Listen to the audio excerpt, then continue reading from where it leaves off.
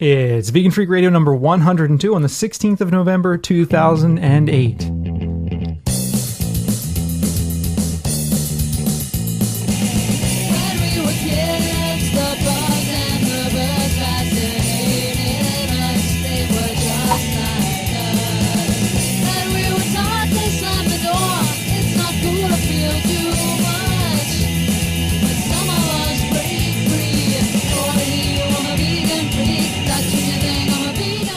Coming to you from high atop their elite fortress of moral superiority, here are your protein-deficient hosts, Bob and Jenna.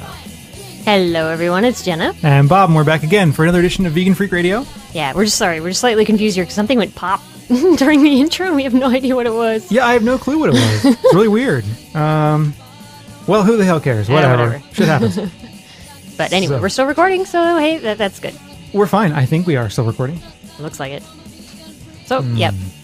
Okay, so anyway, welcome back to another edition of Vegan Freak Radio. We are broadcasting from high atop the elite fortress of moral superiority, along with Mole and Emmy. Yep. Mole is in here looking for attention, and Emmy is chewing on an island bone. And tugs mugs of warm vanilla tea in hand. We're ready yet again to bring you more exciting vegan-powered radio. All right. Yes? Yes. So we have a couple things we're going to do on today's show. We are going to talk about something we saw on TV the other day, and you have been featured on Opposing Views. Yeah, right? I submitted an argument to the site opposingviews.com, which apparently has been broken this weekend. But anyway, it's a site where I was asked to submit something along... I guess we should begin to talk about this Go while ahead. I'm going there. Why not? Anyway, Opposing Views, basically, they have all of these questions that... if you're on either side of whatever issue they're asking, make you want to pull your hair out with frustration. Things like, is spanking children okay? Was the world created in 6 days? Should boys be circumcised? Marriage for same-sex couples? Is homosexuality a sin? Is there a God? Intelligent design? And, of course, into all of this goes the animal rights stuff. So, I was asked to contribute a brief little essay on should animals have the same rights as people? Now, I think it's a very troubling question. Yeah, that's not the question to ask. Well, not really, not fully. Mm-hmm. Should animals have the same rights as people? Sometimes. Yeah. in some situations, it depends. It depends. It depends. And I think it depends because would having a right to vote do Mole any good? No.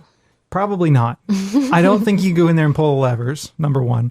Though, He probably could, actually. Yeah, that's true. That's true. And at our polling station, the polling workers usually have snack foods that are donated by a local business. Mole would definitely be into the snack foods at the local polling station. But a right to vote is not important for Mole. No, he doesn't care who's president. He doesn't. Although, in my heart, I know he prefers it not be a Republican. So, in my heart, I know that. I spent a lot of time, Mole and I, we spent a lot of time together. Plus, if the economy's better, then that's, more biscuits for them. That's true, too. So, more treats for the dogs if the economy improves. And anyway, so was that you? I'm sorry, I just ran into the table with my chair. Jeez, come on. Anyway, the point is that the right to free speech, the right to vote, these aren't the rights that our animals, that animals need in any kind of way at all, really. So in a sense, no, I don't think animals should have the same rights as people in those situations. But in other situations, in other relevant respects, for example, the ability to suffer and the ability to live one's life, not being the chattel of another, the ability to live freely, I think animals should have the same rights as people. Definitely. Or very similar ones, let's put it that way. Mm-hmm. So I basically wrote up a quick little essay about that and put it up on the opposingviews.com site. And there are other people there who are arguing, of course, against it. One guy, Tibor, whatever. How do you say Tibor? Whatever. Tibor Machan, Machan. He wrote a book that I critiqued pretty heavily in Making a Killing. So it was kind of funny to see him up there because his book is something about why humans are nature's favorite, which on the face of it is a really stupid thing because humans are in no way nature's favorite. No. I think there's just no way you could argue that. I mean, look what we do to nature. We have totally destroyed it. Yeah. So it's almost like saying, someone who beats the hell out of you and pollutes you is your favorite, right? So yeah, oh yeah, that person, he's my favorite. He comes in and kicks me in the nuts all the time, and then injects me with paint with toxic chemicals. That's my favorite. So on the face of it, it's a ridiculous thing. But so I posted a little thing over there. You should go check it out. It's at opposingviews.com. I'll put a link to it in the show notes over at our site and in the email we send out. And hopefully the links will work at some point. They get their site fixed. The site has been very weird all weekend. Yeah, some of the arguments work and some of them don't. It's very strange. Yeah. Very strange indeed. I do begin the piece by talking about the young ones, including a quote from Neil on the young ones, who is the hippie. Do I actually have that in the soundboard somewhere? We used to, I think, didn't we? We used to have a bunch of young ones clips. I don't know. I think they might have gotten removed. I used to have the vegetable rights and peace in here. Anyway, it was a vegetable rights and peace quote that I began by talking about in the thing. As an additional, I don't think it's an enticement. It's not really the word I would use. But if you go there, you get to see a headshot of me wearing a suit and looking professional. You do. I clean up pretty well. You clean up very nice. I clean up pretty well. And I also wrote a little bio for them that kind of pokes fun at libertarians. So anyway, go check it out at opposingviews.com. If you are so inclined, give me a little thumbs up, because you can give a little thumbs up to the arguments. Give me thumbs up. Give me lots and lots of thumbs up. And yeah.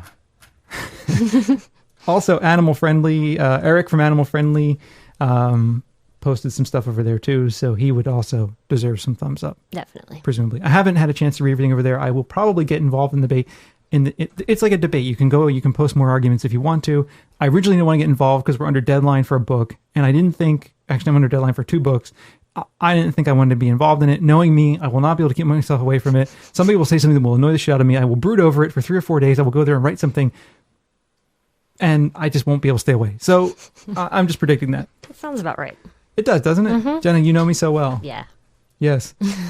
Poor Jenna. She has to put up with me. I am so scattered, and I don't know. I'm just like, it's all right. I'm easily distracted by shiny, interesting or technological things. So I'll be talking to Jenna in the middle of it, I go, oh, something bright and shiny. I'm like George Bush almost. Look at the kitty. So George Bush giving a little talk. Oh, is that a kitty walking by? So anyway, that's Opposing Views. Now, you want to talk about that thing we watched in Trading Spaces. That's not Trading Spouses. Which is what we were calling it earlier. Yes, Trading Spaces, which we hardly ever watch because it usually makes me annoyed because they do really bad designs. They decorate the rooms in the weirdest colors. It's like, ooh, let's paint one wall chocolate and the other one purple. It's like, I know. And well, that was no exception on this show that we watched. They did some really hideous design. Yes. But anyway, we were bored. We were watching it. And we were in a hotel room. We always, whenever we're in a hotel, we end up watching HGTV and TLC because there's nothing else on usually. Discovery. We just end up watching things we'd never normally watch. I know. Because you're in a hotel room. What else can you do? After you've done the obvious things that there are to do in a hotel room, what? And I mean, what else is there to do? So we were watching Trading Spaces.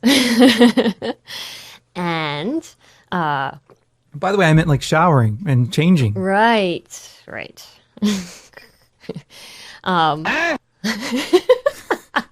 In what respect, Charlie?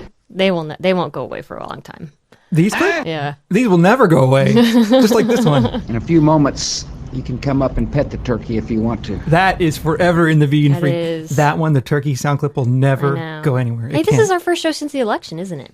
Oh my God, are we that delinquent? I think so. I think it is. I think we are. We suck. We do. We suck. But anyway, so yeah, one cool step yes. for the country. We Could elected be. a Democrat. Amazing. I think it's a good thing. In general, I'm always skeptical about politicians. Of course, but change is good. Thank you, Obama. Okay. Go ahead.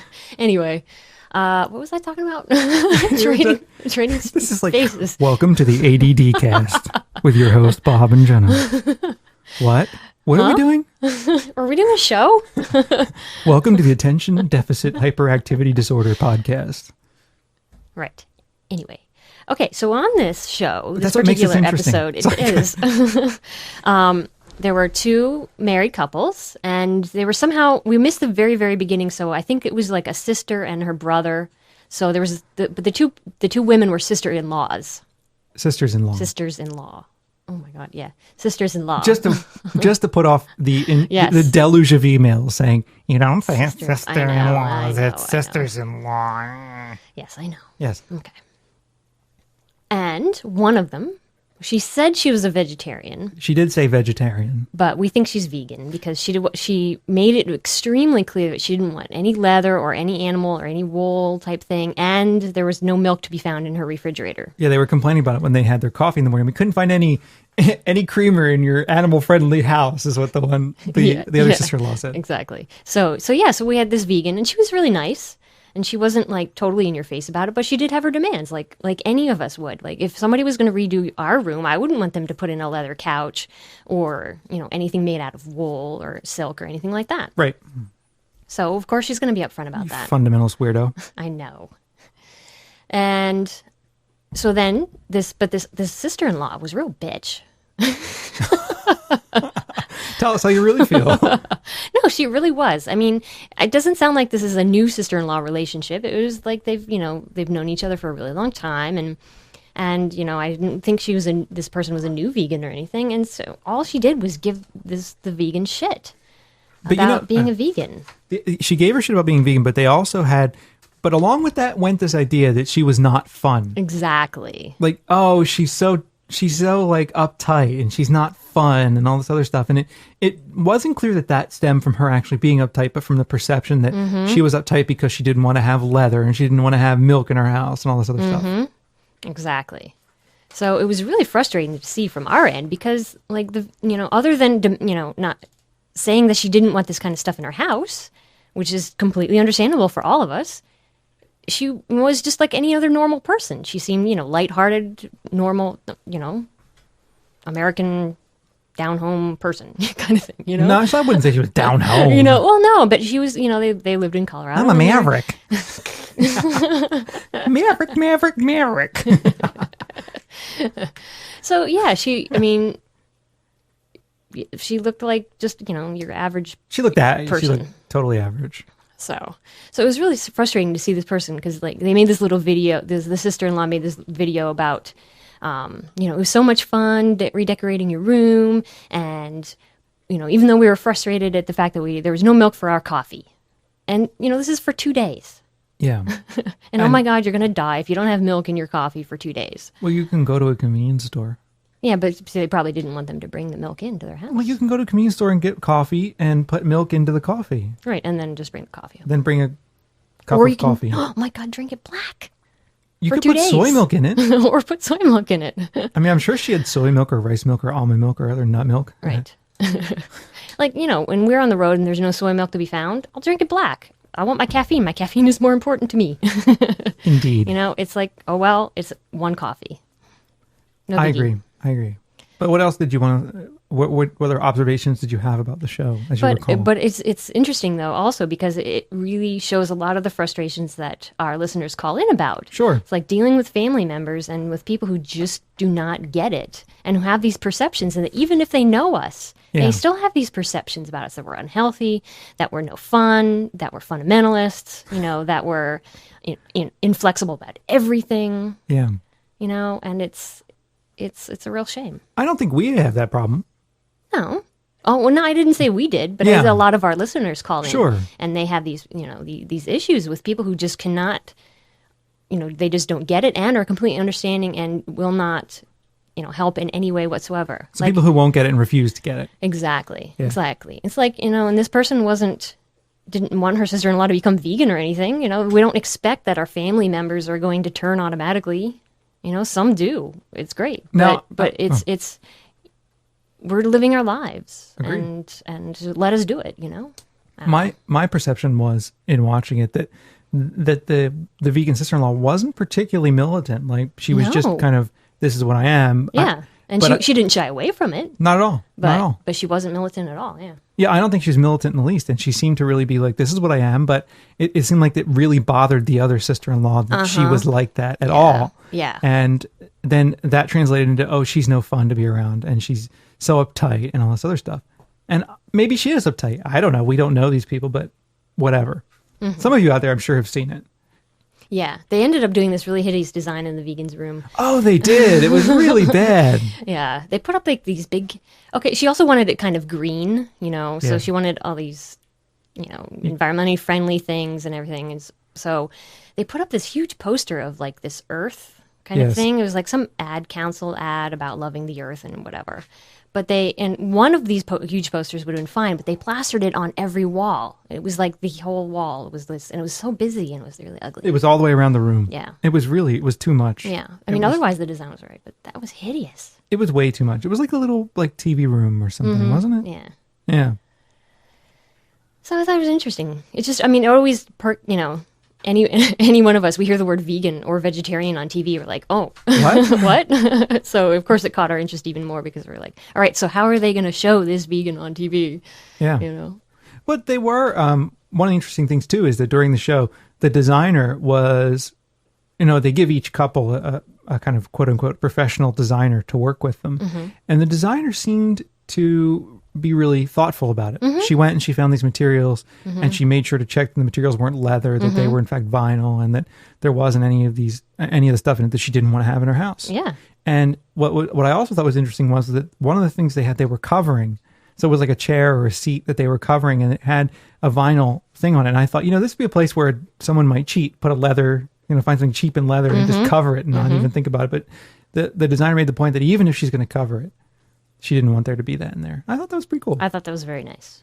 And I maybe this is like the more like, kumbaya, the world is getting better, Bob. But no, 5 years ago, however long ago we went vegan, it feels like 5 years ago, but it wasn't. 4.5. Okay, 4.5 years ago when we went vegan, I would never have imagined that we would see a show like that where that perspective would be given that much time on a fairly major cable network. And I think things are moving in that direction. I think so too. It's becoming more normal. I think so. I mean, it's never going to be normal, unfortunately. No, I don't think. But at the same time, it's not as abnormal, I guess. I don't know what I'm trying to say. I guess it's certainly not becoming accepted because, the sister-in-law is proof of that. But at the same time, we're like, okay, there are these people out there and we're showing them on TV. Well, right. So maybe it is becoming more accepted. Yeah, maybe. Because, I mean, it's something they're willing to deal with and put on there. And I think also that vegan in some ways is getting caught up in this whole green thing. Yeah. And, I mean, there are environmental reasons to go vegan, but they're not the best reasons. I mean, frankly.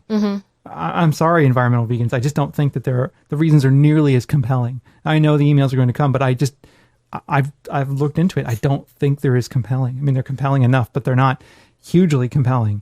Right. They're not enough to get someone to go vegan and stay vegan, whereas the animal rights reasons are, I think. I think so too. I mean, veganism, the way that I see it is an ethical and moral thing. So its approach is an ethical and moral question.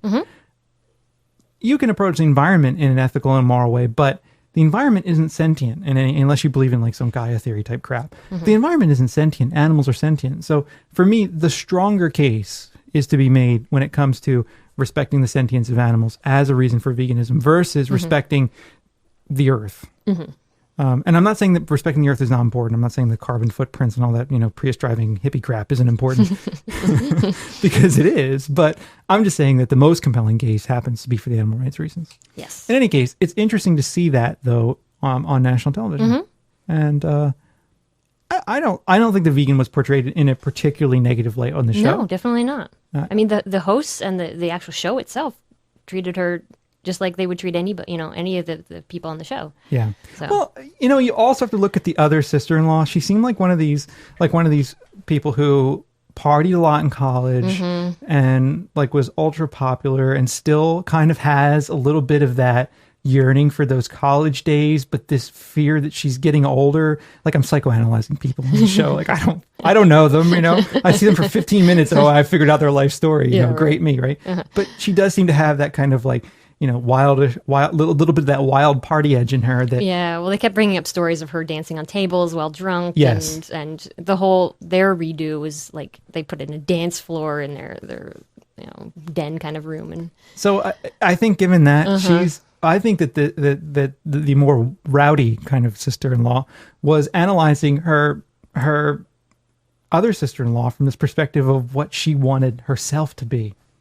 You know, she's worried Right. that in fact she's getting older, and then in fact she's losing her cool because she's popped out a couple kids, and that, you know, she's just not as peppy as she used to be, and she's not as attractive as she used to be, and she doesn't dance on the tables anymore. So I think that there's this part of her that's really caught up in her own fear about her own morbidity.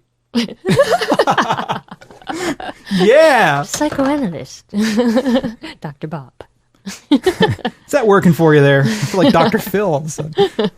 How's that working for you? Except I'm not anti-gay and Christian. So anyway, yeah, I don't know. I could be completely wrong, but what the hell? You tune in for all kinds of randomness that we give you, and we are here to provide it. This is true. So, what else, Gina?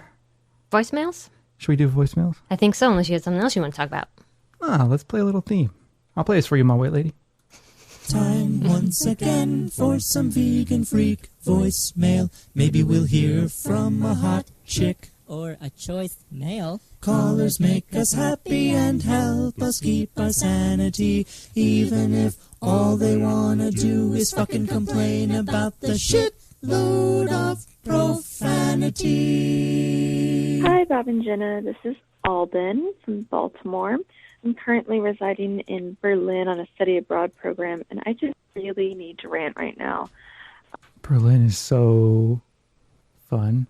Yeah, good city. And it's my first time calling. But so today at lunch, I ended up getting in a discussion with a boy who grew up on a farm, basically like a CSA, and we were arguing about dairy cows, and his point was basically that it's ethical for us to milk cows because otherwise they would die, and, you know, from milk poisoning or something. And I was trying to explain to him that the only reason that might happen is because of eons of humans domesticating and genetically modifying cows. And eventually I just had to remove myself from the situation because I was getting very heated and very frustrated because neither of us would budge. But yeah, worthless situations like that, walk away. I had to rant for a little bit because I can't rant to anyone here. Nobody's vegan. I have one vegetarian friend, but she doesn't see the fallacies with dairy. So anyways, thank you for doing what you do.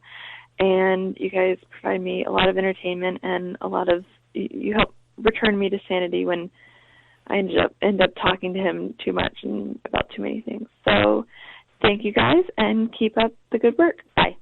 Okay, thank you. Yeah, and don't forget, we talked a little bit about this last week on our Vegan 101, not last week, last show. Yeah, on it the wasn't Vegan last 101, week. no, the Vegan 101 thing. And that a thing that a lot of people don't realize or don't remember is that in order to give milk, a cow has to be pregnant. You know? Right. And they don't just get pregnant naturally. We make them pregnant. Right. So a cow wouldn't need to give milk if it didn't get pregnant because we got it pregnant. That's right. So I think a lot of people forget that that's how mammals work.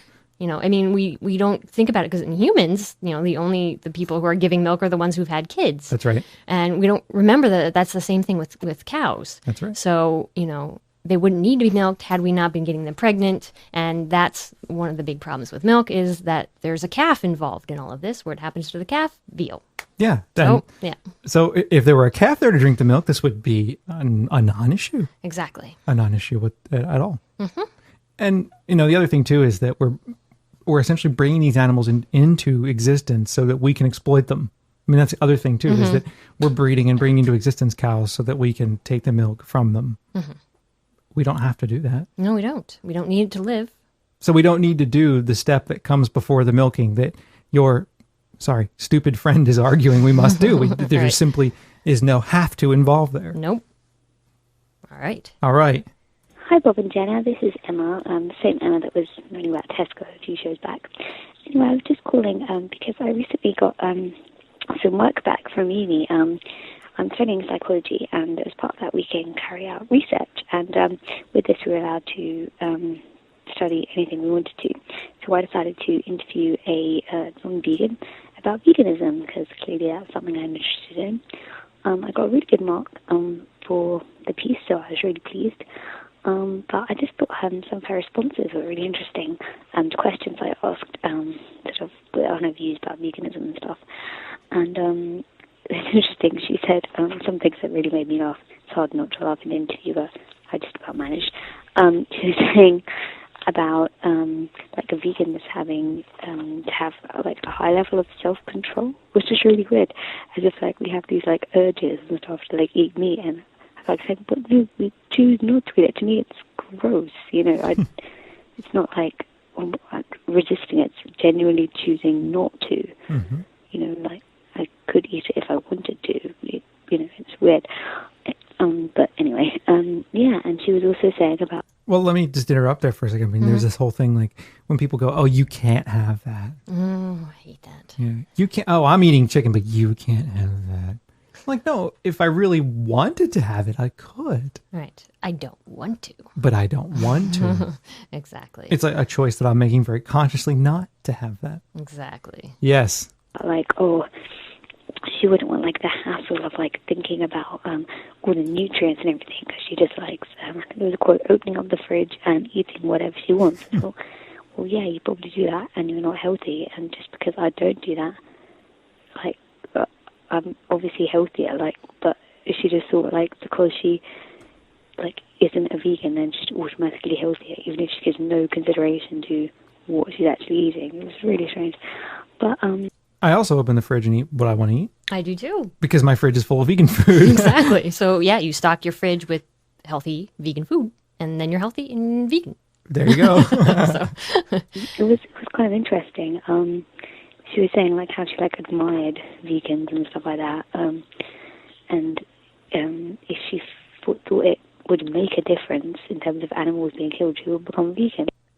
So it got cut off, and I'm not sure exactly what happened to the rest of it, but I think that got the most of it. So I apologize, Emma, for not catching the end of your voicemail. But yeah, that whole argument, like, oh, it must be so hard. I could never do it. It's not. I agree. It's really not. And you if it's important to you, that's what you do. You do it. Yep. And then you figure out what you need to do to get it done. To get her done. Get her done. and that's what you do. So you fill your fridge with vegan food, and like what you were saying earlier, to me, I mean, I'm not like running around all day, craving steak. It just doesn't happen, you think about where it comes from, and it's not appetizing anymore, and you eat vegan food every day, and it's wonderful and it's great, and that's what you do. I don't know. What's wrong? None. You're looking confused. No. Okay. Not at all. It has nothing to do with you. Okay. I'm listening to you. Okay. I wasn't sure if I was saying something stupid or not. Not at all. Okay. Not at all. I was looking for this info on Peaceful Prairie while I was thinking about it. Ah. Because they need some cash. I see. But anyway, I completely agree with you. It's a conscious choice that you make, and it's one that is not hard. If you decide something important to you, it's something you live with, and it's making the choice to do what you think is right in your life. Right. It's not some huge sacrifice or anything. It's just what you do. Absolutely. Yeah. And we talk about this a bit in the second edition of Vegan Freak. Kind of coming, I think we're a little more, I don't know what the word is. Maybe we do a little more tough love in Vegan Freak version 2. I think so. Than in Vegan Freak version 1. So. And I think I think in the part I've written recently, we're a little hard on vegetarians in Vegan Freak version 2. Essentially the same stuff. It's just not as couched in as nice a way. So, yes, indeed. So, yeah. Anyway, the thing I was looking for was this stuff for Peaceful Prairie. They're trying to, Peaceful Prairie is an abolitionist sanctuary in Colorado. They're trying to raise some money to do a capital improvement. So I'm sorry, I thought about that. Something you said reminded me of it. Okay. And I went and I wanted to go and do that before I forgot for the show. So they need some money, and I will give you some more details about it. You can go to their website and find it. So, I don't know. Okay. Sorry, go ahead. That's all right. This is what happens when I forget to prepare before the show. Uh-huh. So. Right. Yes. So, yes. So, more voicemails. let's move on. All right. Hi, Bob and Jenna. Even though I just started listening to your show, I'm already a big fan. It's so comforting to know that there are other people out there in this batshit crazy world that just feel the same way I do. So, thanks for being yourselves and keeping it real. Well, recently I've been in need of some advice. I've been vegan for a pretty long time now, and it's more important to me than ever to watch what I put in my mouth because of my 1-month-old son that I have decided to breastfeed. But in despite of all of my healthy eating, I still have in-laws that think I'm deficient in something and that I am unfit to feed my own child. And I know that I'm doing the right thing, and even though he is gaining weight and the pediatrician has said that he's extremely healthy, they do nothing but bitch to me about me being a vegan, and I'm sick of hearing about it and definitely just, in need of some advice. I would love to have your opinion on this issue, and if you had any advice for me, that would be great on what to tell them. Oh, man. Okay, well, thanks so much. Well, that's a really, really tough thing because, we're not doctors and nutritionists, and so we can tell you that we think what you're doing is healthy, and you can tell, your in-laws what you think, is healthy, and it most likely is. She said that it was. And her pediatrician said it was. Yeah. So, but it's frustrating. It's like, how do you show someone who does not believe and who believes all this hype about veganism kills babies, et cetera, et cetera? You tell them that I'm raising my child in the way that I think is right. Mm-hmm. That the pediatrician said it's fine. Mm-hmm. I've done the research. Mm-hmm. I think it's extremely healthy. Mm-hmm. Perhaps show them the statement from the American Dietetic Association? Yeah, and the dietitians of Canada. Mm-hmm. They have a statement that says it's healthy at all life. Completely healthy at all stages of life, including pregnancy, breastfeeding, child, etc. Yep, well planned. Well planned. Yeah. So, and I'm sure that the diet, I'm sure she's thinking very She says she's thinking very careful about what she's putting in her body because she's breastfeeding. So, mm-hmm. I don't know. Not knowing your family, it's hard to say how to approach them mm-hmm. because I think there are different strategies that are necessary for different people mm-hmm. and different kinds of situations. But ultimately, if it's getting to the point where it's starting to frustrate you enough, it may be worth saying to them, look, this is my choice to raise my child this way. That's it. Yeah, and he's completely healthy. The pediatrician has shown you he is completely healthy and growing. That's the most important thing. And I don't know. If things get really, really bad, offer to go to, like someone like Vasanto Molina and say, all right, I'll get my diet analyzed and she'll show you that it's completely healthy. Mm-hmm. And I'm getting what I need. If that's what it takes, then something like that might be what it takes, unfortunately. It might just take a while. You might just have to put up with it for mm-hmm. a while, though, until they either get tired of it and see, that clearly it's not affecting you or your son, right? I don't remember. Well, child, mm-hmm. let's say. I don't want to assume because I don't recall. But in any case, you can just put up with it for a while, and when it's clear that it's not affecting either of you in a negative way, they'll probably just give up. Mm-hmm. Really, when it just gets, after a while, it gets boring to keep harping on you when clearly there's no reason to harp on you. Mm-hmm. And I think if you're intelligent about what you're eating a wide variety of things and being careful to get the kinds of nutrients you need to get, there's no harm in it. Not at all. There's no harm in it whatsoever. Mm-hmm. It's ridiculous for people to argue that there is. Yeah. So I think, maybe it depends on the situation. How you need to be firm with them and tell them, look, this is an informed choice I'm making. I did the research. I understand what it's about. I know what I'm doing. Or you wait it out. Mm-hmm. I think. I don't know what else to do. Yeah. Or I guess you could go gently with them and just put up with it every single time and say, well, this is a choice I made and I think it's the right thing to do and it's healthy. And you can just keep saying that over and over again before one of you wears down. I don't know who. Mm. It sounds though like, you're getting into a situation where you're getting really fed up with it. And that's really tough to deal with because then eventually you're just going to snap. Mm-hmm. So it might come to the point where you just have to say to them up front, look, I understand you're concerned. I understand what you're doing. I understand why you would care. I respect that you care, but this is what I'm doing, and this is what it means, mm-hmm. and this is why you need to lay off. Mm-hmm. What do you think? Yes. Okay. Also, to get back, Peaceful Prairie, you can go to peacefulprairie.org. They're trying to buy an additional piece of property to kind of expand what they're doing, and it's long overdue, and they just need some money. So if you want to give money to a good group, Peaceful Prairie is a very good group. I don't really have anything to do with them, personally. I've given them money in the past, but they're one of the few groups I feel very comfortable giving money to. So, mm-hmm. Or perhaps you can ask for that as a gift for Christmas. Have someone give you money give them money in your name. Yeah, not a bad idea at all. Mm-hmm. So peacefulprairie.org.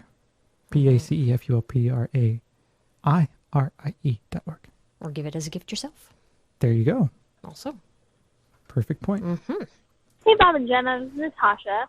I just want to call because I'm in a great mood. I gave a speech for my rhetoric class about speciesism, which I actually was kind of nervous to give at first because, we're talking about controversial issues. That's not one of the ones people tend to hear, and people tend to get kind of pointed because there was a question period afterwards where they got to ask any kind of question they want. So, but it went pretty well, and I, stayed pretty just logical, and I think survived the questions. But I was happy because even though I thought, okay, I gave the speech, but no one probably bought it, there are actually some people interested in asking questions, and, one girl wanted to know more information.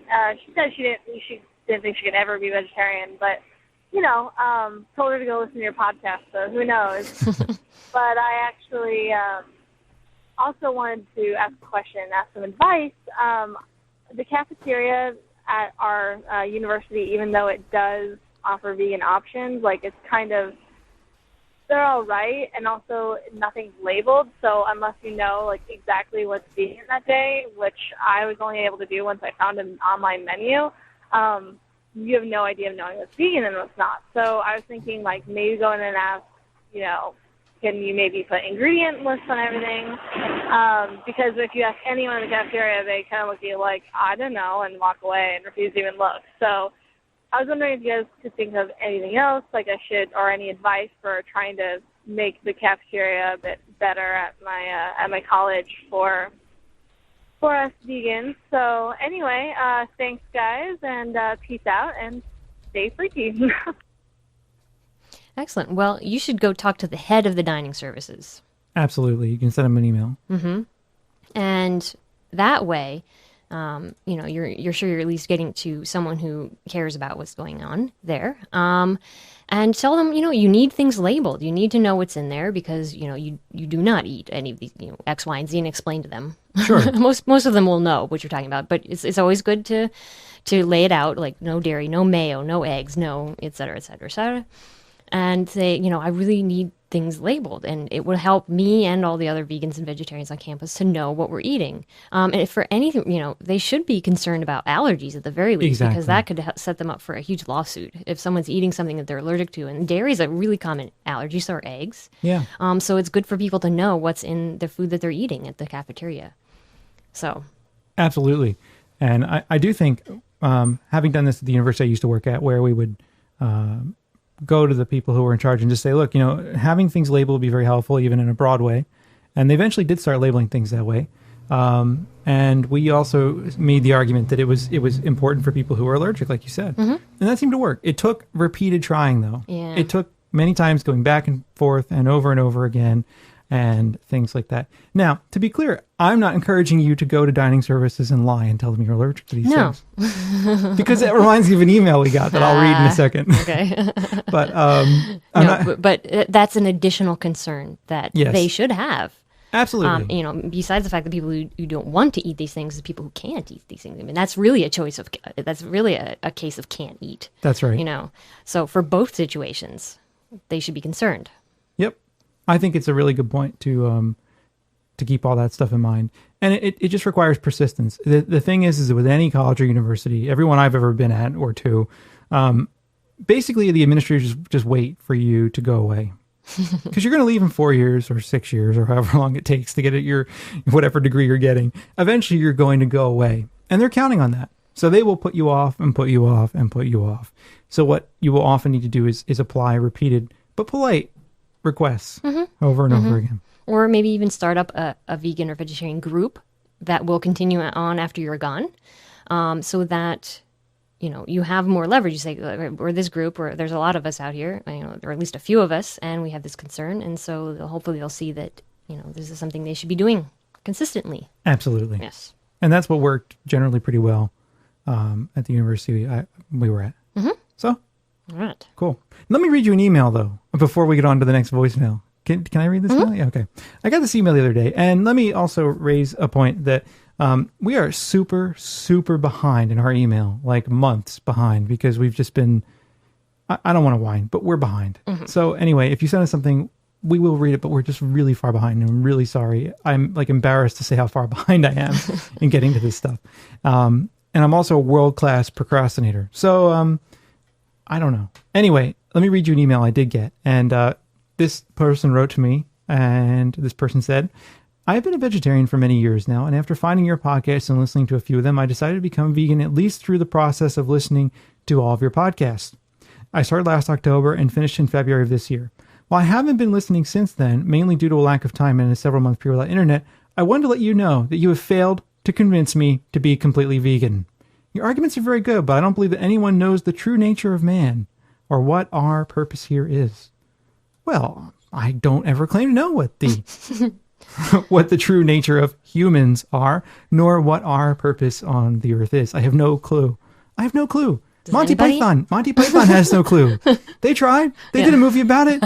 They couldn't figure it out. Now, if Monty Python can't figure it out, who can? I never claimed to know what our purpose was on the face of the earth, but that's completely irrelevant. Yeah, what the hell does that have to do with veganism? Nothing. Absolutely nothing. Okay. Right. I am still technically vegan, at least by my eating habits, but I do not consider myself vegan or associate myself with vegans. The main reason for writing you this email is that I have an issue with you promoting lying about the reasons that people don't wish to eat meat in social situations. I feel that you lost any moral high ground with that. There is no ethical reason to lie. The most you should do in any situation where you do not wish to state the truth is to say nothing. I had been pointing people towards your site when they questioned me about my eating habits, but stopped doing so after hearing you say that it was okay to lie.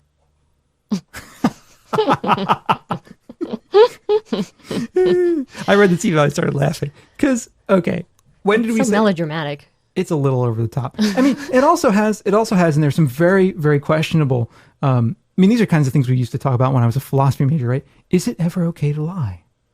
Well, now, let me say, the world is held together merely by white lies. Mm-hmm. It really is. Mm-hmm. And as someone that often has difficulty filtering those mind-to-mouth things, like sometimes I say shit I should not be saying, right? I know that lies are very useful in certain situations. Mm-hmm. You know? Yeah. Like, for example, this is an example I used in class when we were talking about the categorical imperative, right? We're talking about, is it ever, we were talking about whether it was ever okay to lie. And I said to the class, they said, no, it was never okay to lie. And I said, really? Your best friend who has a real self-image problem goes out and she spends $150 on some blouse and she gets her hair done and she comes to you and she has a self-image problem. And she says, look, I got this. Do I look good? And I said to the people in class, are you going to tell her she looks like crap? Are you going to tell her she looks like crap? You're going to hurt her feelings. You're going to make her think she wasted her money. You're going to possibly send her into a really depressive state. Are you going to lie to her and tell her, you look great? Or are you going to tell her you look like crap? What are you going to do? And most of the people in class said, well, I would not tell her she looked great, but I wouldn't tell her she looked bad as she really did. So what it came down to was white lying is okay, right? Mm-hmm. And people use white lies all the time. Constantly. All the time. Mm-hmm. Like, here's another situation, right? Let's say that you were dumb enough to eat a Taco Bell, okay? Yeah. And you had to make a run for the bathroom, okay? Yeah. And you had, like, explosive, nasty, stain the bowl, like, diarrhea, right? Okay? Yeah. Now, you walk out of the bathroom, and someone you work with is standing there. And they go, or they see you right around the corner. They go, where were you? Where were you at? Like, they don't see you come out of the bathroom. Maybe they see you walk around the corner. Where have you been? I haven't seen you in a few minutes. What do you do? Okay, our friend here says, say nothing. So you stand there. And they look at you and they go, well, where have you been? And you go, okay, so saying nothing works. Right. Doesn't work, right? Right. So are you going to tell them the truth? Yeah, I was in the bathroom and I have explosive diarrhea. Yes. I had to crack the porcelain, right? I had to draft a memo to the McCain campaign. I had to wolf a blitzer. Right. Like whatever are you actually going to tell them the truth? The full truth? The full truth? Mm-hmm. No. No. Are you going to tell them I was in the bathroom? Maybe. Probably not. Probably not, especially if they're headed in that direction. You don't want to be responsible for the stink. Exactly, right? You know, the people I worked with, I wouldn't say, oh, I was in the bathroom. Even if I were in the bathroom, I would say, oh, I was getting a drink or something. Getting a drink. I would make something up, right? So that I didn't have to say, I was taking a huge wicked shit that's going to burn your nostrils, right? I just wouldn't do that. Okay? So this is just a little diversion to say that there are in fact ethical reasons to lie. Mm-hmm. There are ethical reasons to lie. There are reasons to lie all the time because it maintains the social fabric. If everybody were always completely honest, the world would be a disgusting, hideous, difficult place to live. It would. We have to lie. It holds the social fabric together. Now, that is a completely different thing from us saying that I think what he's probably talking about is that once on the show or twice on the show, we've said, look, if you're in a restaurant and people are being really, really ignorant to you and they refuse to help you out after you've told them you're vegan and all this other stuff, tell them you're allergic if you need something. Right. Because, the context for the original thing, I think, was this. We were responding to a voicemail that we got that someone said that they, he got the salad and it had ham in it and they wanted them to take it back and give him a new salad. And they said they would not unless he was allergic. Right. So we were like, tell them you're allergic. Exactly. If they're not going to accommodate you because you say you won't eat it because you're vegan, then tell them you're allergic. Yeah. If they're going to be, if they're going to be dicks about it, why not? Why not? Right. Why not? Yeah. In that situation, okay, in most situations, you want to tell people you're vegan because you want to be accommodated and because restaurants should learn that there are a lot of vegans out there and who should be accommodated. Yeah. But in a situation like that. Yeah. Why? What good is it going to do you? Well, you've already told them you're vegan. And they'll take it back and say, that example was, we will not give you another salad unless you're allergic. Right. And then if I were in that situation, just to spite them, even if I didn't want to eat the damn salad, I'd say I'm allergic. Yeah. Because you know what? It's a customer service industry. Exactly. So give me my damn salad and shut up, right? So that was a situation in which we suggested that might be the case. However, if you go back and look at the things we've written, if you listen to the shows, we are all about vegan pride. The whole entire vegan freak idea is that being vegan means you're going to be a freak. Embrace that. Run with it. Exactly. Own it. Own it. Don't be ashamed of it. Tell people you're vegan. Don't be an asshole about it. Right. But don't shy away from it. Yeah, you're vegan, and maybe you're not going to, discuss the finest points of animal rights theory over the dinner table. Right. But at the same time, don't be afraid to tell people you're vegan. Exactly. And so we've never really said that you should lie and not tell people you're vegan. I think he's maybe reading us a little too literally, perhaps, or understanding us a little too literally. But I did think this was really funny because I've talked about this in class before. We're talking about ethical and moral theory and whether it's ever okay to tell a lie. And ultimately, you can get most people to agree that there are times that A, they have told a lie, B, it's usually within the last hour, and C, that this is what holds the world together. And if we didn't lie, the world would be really, really screwed up. So I'm not suggesting that you lie in huge ways. Yeah. Right. I'm not suggesting that, that you lie to your best friends about things that are really important to them, or that you lie to your significant other about things that are important. I'm just saying white lies sometimes are important. So I'm taking issue with there is no ethical reason to lie. And I'm also taking issue with this. The most you should do in any situation you do not wish to state the truth is to say nothing. Think about how that would work. Yeah.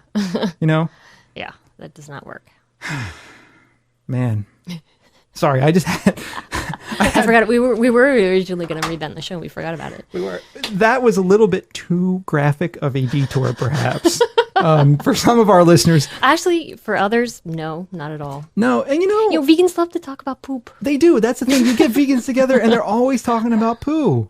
What the hell? That's because we're masters. Indeed. All right, now we're on... how many voicemails have we done? I don't know. I think hey, Bob 3. And Jenna. Oh, sorry. I think have we done 3 now? 1, 2, 3. Yes. Okay. Hey, Bob and Jenna. This is Natasha. I just want to call because I'm in a great mood. Did we play this one already? Yeah, we did. We did. This is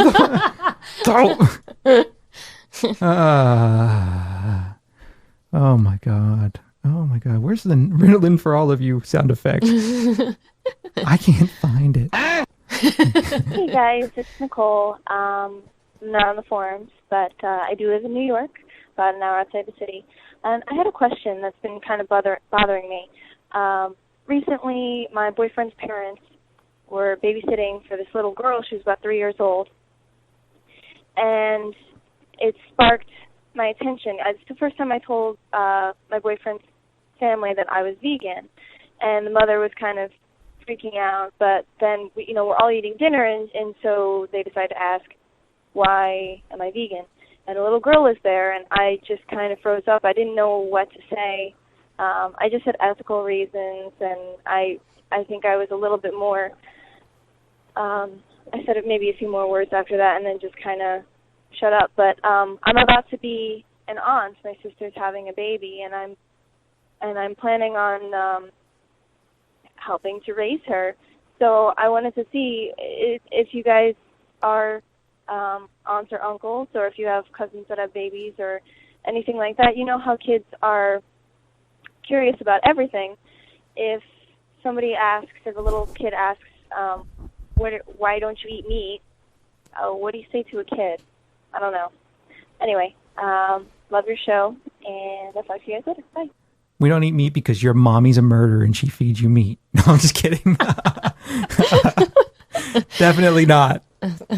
Go ahead. We do not have kids. We do not have nieces and nephews either. My cousin has an 8-year-old. Well, he's going to be 8. Yeah, but I don't even think he realizes that we don't eat meat. No, I don't think it comes up. No, he just doesn't pay attention to that kind of thing because we're not there that much. No, we're not. So, you know what? This is one of those times where I'm going to ask parents and aunts and uncles to send us an email or some voicemails with your response. I think that's a fantastic idea. What have you told kids in the past that have worked that haven't traumatized the kid for life? Well, yeah, that's it. It's like your parents kill animals, Right. I mean, and I do know vegan children. Yeah. Of vegan parents who are completely aware of the fact that meat comes from an animal. Like they understand this and that, and they agree that I don't want to eat meat because it comes from an animal and we shouldn't be killing animals, and so they know about that. But I don't know how the parents explain that to them in the first place. And you also don't want to be in a situation where you're upsetting your in-laws, right? Or or your sister or whatever. Oh yeah. Whatever the family relation might be, where you're upsetting them because you don't want to be in that situation where you say something that they find objectionable because they think you're indoctrinating, right, or trying to poison the mind of their children. So that's a really sticky situation. I thought about it, and I don't know. It's one of those play it by ear things. I don't know that I would be. I just don't know. I don't know that I'd necessarily be comfortable hiding a lot of the reasons for it. Mm-hmm. But it's a hard thing also to explain to kids. It is. I mean, it's easy to explain, but it's a hard thing to explain in a way that I think isn't traumatizing. Right. So I don't know. That's tough. It really is. So Jenna, I think you're right to ask for help because God knows we need it. Yes. Especially after the last segment we just had, we definitely could use some help. But I also wanted to add that when you were explaining what you did at the dinner table and you didn't say a whole lot about it, that's probably fine because the dinner table is not the place to be talking about it, especially if it's like the first time that you've mentioned that you're a vegan. And like you said, there's a little kid there too. So, I think your few words will work better. And if they have questions for you later, then answer them. I think that's a really good point too. Yeah. I think that was a pretty politically wise and kind of, you also have to be careful to maintain the dynamic of the family, right? I'm not saying that these things aren't important to talk about. I'm not saying you need to not be honest about them, but I also think that it's appropriate to do it in different ways for different people and to also maintain the family dynamic and also not to turn people off to it. Yeah. It's like you don't want to become that asshole necessarily. Mm-hmm. So I don't know. What would I do? I'd probably do something really stupid and make a fool of myself. Actually, I'd probably say something really, really ignorant because that's true. No, I'm usually not like that. I'm usually not. But I would probably. But we're just not around kids that much, so we're not. And the kids we are around generally. I mean, anytime we're around kids, they're usually vegans. So, right, exactly. Yeah, I don't know. It's a tough call. Tough call. But help us out. Yeah, do help us out. Send us some voicemails or some emails or whatever. Do it, and do it soon. Are we done with the voicemails? I don't know. Was that all? That's all. Okay. I don't. Do 267-295-1944. Write the number down on your refrigerator door. Add the 001 country code if you call us from Vienna. That's how you leave a voicemail for good old Bob and Jenna.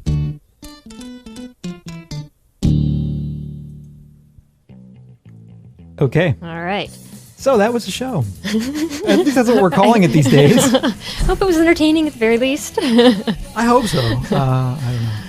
Well, anyway, we've got a busy couple months ahead of us, so we will. My goal is to get out a show as often as we can. So we're trying. Know that we often feel guilty about not doing them. We do. But this this month and the next couple months are just insane for us. So hopefully, at least twice a month is our goal.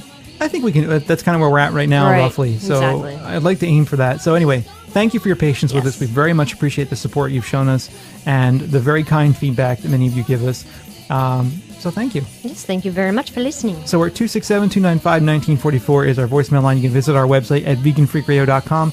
And please do get back to us about some advice for the person who's going to be an aunt and who wants to talk to her. Yes. Talk to her wee ones in the right way. Yes. So, I don't know. Anything else you want to add? I don't think so. I think that's it. Okay. I will now stop embarrassing myself.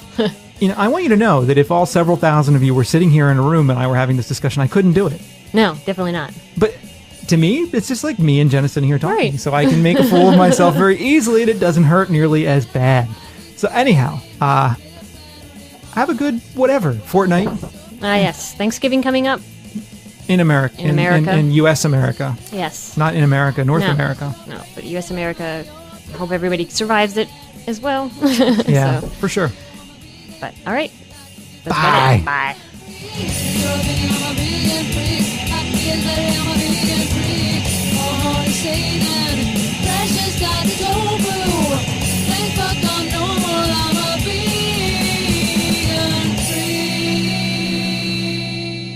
Vegan food coming at me all night long.